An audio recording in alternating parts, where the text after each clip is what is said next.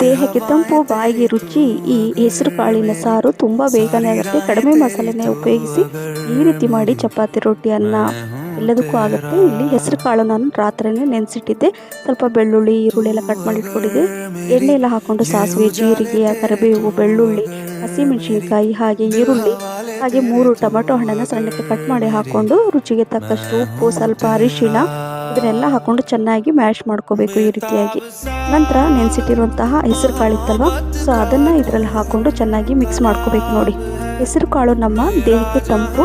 3 ಗ್ಲಾಸಷ್ಟು ನೀರನ್ನು ಹಾಕ್ಕೊಂಡು ಮತ್ತೆ ಒಂದು ಟೈಮ್ ಚೆನ್ನಾಗಿ ಮಿಕ್ಸ್ ಮಾಡಿ ಸ್ವಲ್ಪ ಕೊತ್ತಂಬರಿ ಸೊಪ್ಪನ್ನು ಕೂಡ ಹಾಕ್ಕೊಂಡು ಕುಕ್ಕರ್ ಲಿಡ್ಡನ್ನು ಕ್ಲೋಸ್ ಮಾಡಿ 3 ವಿಸಲ್ ಮೀಡಿಯಂ ಫ್ಲೇಮಲ್ಲಿ ಮಾಡಿಕೊಂಡ್ರೆ ಹೆಸರು ಕಾಳಿನ ಈ ಸಾರು ರೆಡಿ ಆಗುತ್ತೆ. ಅನ್ನಕ್ಕೆ, ಚಪಾತಿ, ರೊಟ್ಟಿ, ಮುದ್ದೆಗೆ ಪರ್ಫೆಕ್ಟ್. ಮಿಸ್ ಮಾಡದೆ ಮಾಡಿ, ತುಂಬ ರುಚಿಯಾಗಿರುತ್ತೆ. ಇಷ್ಟ ಆಗಿದ್ರೆ ಲೈಕ್, ಶೇರ್, ಕಮೆಂಟ್ಸ್ ಮತ್ತು ಸಬ್ಸ್ಕ್ರೈಬ್ ಮಾಡಿ. Thank you for watching. Bye.